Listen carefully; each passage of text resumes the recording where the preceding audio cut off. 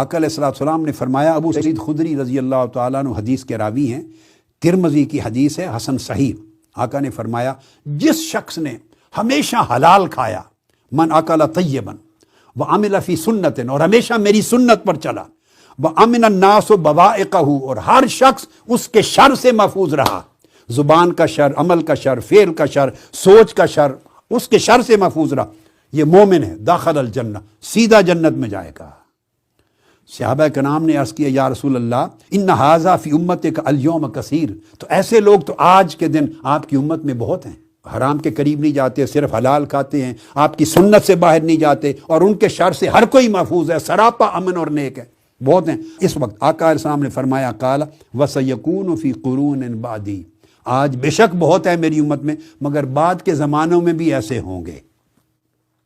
आका अलैहिस्सलाम ने फरमाया, बाद के ज़मानों में भी ऐसे।